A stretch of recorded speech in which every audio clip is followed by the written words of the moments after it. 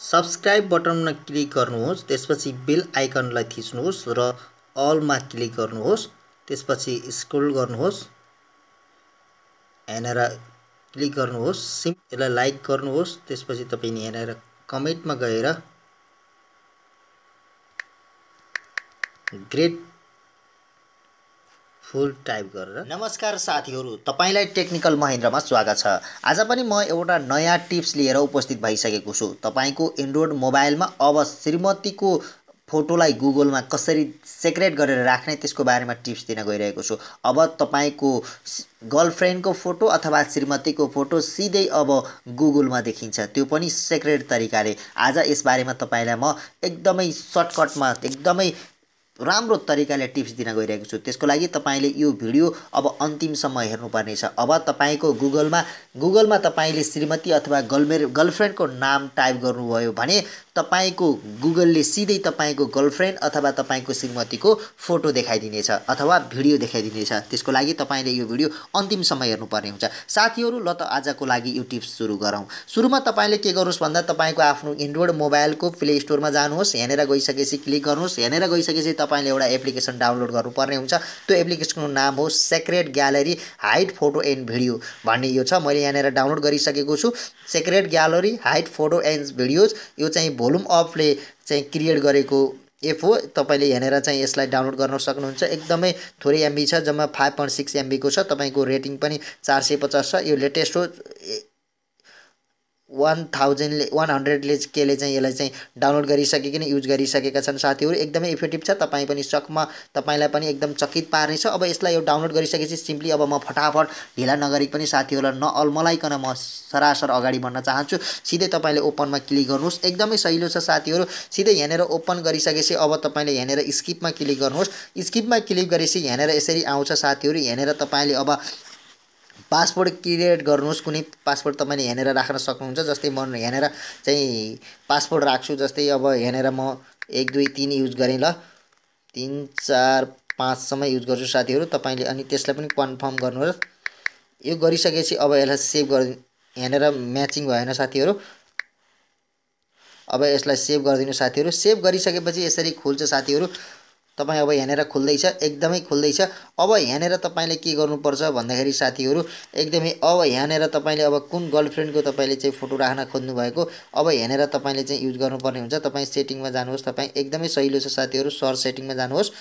अब यहाँनेर गइसकेपछि अब तपाईले यहाँनेर चाहिँ के गर्नुहोस् भन्दाखेरि यसलाई चाहिँ इनेबल गर्नुहोस्।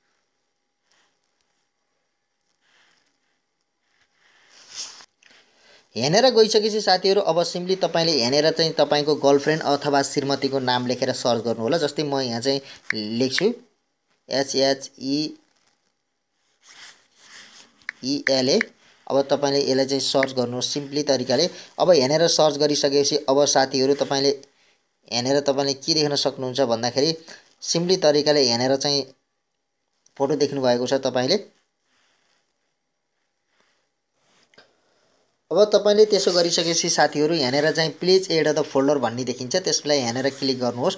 क्लिक गरिसकेपछि अब यसको फोल्डरको नाम पनि राख्नुहोस्। म यहाँनेर फोल्डरको नाम राखेँ। कन्फर्म गर्नुहोस्। कन्फर्म गरिसकेपछि अब यो प्लस बटनमा यहाँनेर तपाईले यहाँ आई बटनमा क्लिक, यहाँ प्लस बटनमा क्लिक गर्नु साथीहरू। प्लस बटनमा क्लिक गरिसकेपछि अब यहाँनेर फोटो फोल्डर भनेको छ। तपाईले चाहिँ फोटो भिडियोमा क्लिक गर्नुहोस्। क्लिक गरिसकेपछि यहाँनेर यसरी फोटो देखाउँछ पपअप फोटोज। तपाईले यहाँनेरबाट फोटो चुज गर्न सक्नुहुन्छ। म यहाँनेरबाट फोटो चुज गर्छु साथीहरू। तपाईले चाहिँ यहाँनेरबाट इमेज चुज गर्नुहोस्। तपाईको आफ्नो फोटो कुन छ, जस्तै यहाँनेर म चुज गर्छु साथीहरू। यो एउटा फोटोहरु, जस्तै यो फोटोलाई मैले यहाँनेर चुज गरिसकेँ साथीहरू। यहाँनेर सिलेक्ट गरेपछि अब यहाँनेर चाहिँ तपाईले यो आँखामा क्लिक गर्नुहोस्। ह्याज बिन हिडन छ। तपाईले अब यहाँनेर सिलेक्ट गर्नु साथीहरू।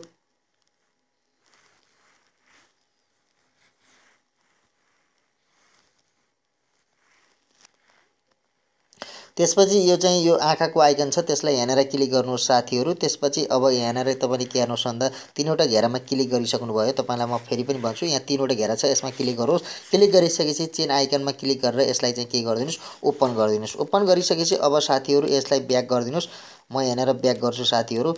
अब यहाँनेर ब्याक गरिसकेपछि अब यहाँनेर तपाईको मोबाइलमा जानुहोस्। मोबाइलमा गइसकेपछि यहाँनेर तपाईले एउटा चाहिँ फोल्डर देख्नुहुन्छ। जस्तै यहाँनेर तपाईको चाहिँ एस ब्राउजर भनेर चाहिएको छ। यसलाई तपाईँले यहाँनिर क्लिक गर्नुहोस्। क्लिक गरिसकेपछि अब यहाँनिर गएर तपाईँले के गर्नुहोस् भन्दाखेरि अहिले जुन राख्नु भएको छ त्यसलाई चाहिँ सर्च गर्नुहोस्। जस्तै यहाँनिर म सर्च गर्छु। सर्च गरेपछि तपाईँले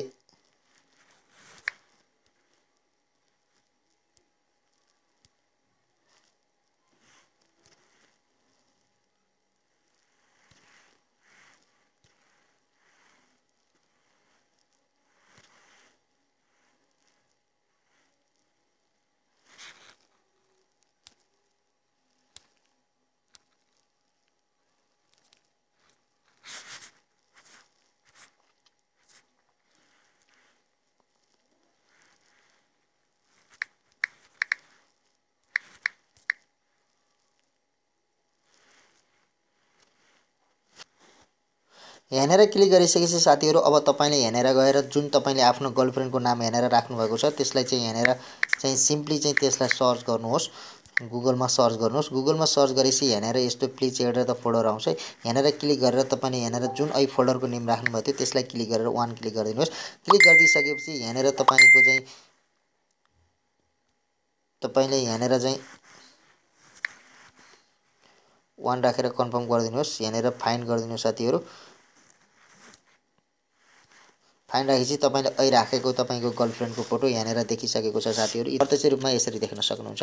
आजको टिप्स तपाईँहरूलाई यति नै कस्तो लाग्यो? यदि तपाईँहरूलाई मन पर्यो भने सल्लाह सुझाव प्रतिक्रिया दिन नभुल्नुहोला। यदि तपाईँहरू नयाँ हुनुहुन्छ र हाम्रो टेक्निकल महिन्द्रा सब्सक्राइब गर्नुभएको छैन भने आज नै गर्नुहोला। यस्तै लेटेस्ट टिप्सहरू लिएर एन्ड्रोइड मोबाइलसम्म टिप्स लिएर हामी आउँदै नै छौँ। त्यतिन्जेलको लागि हामीलाई बिदा दिनुहोस्।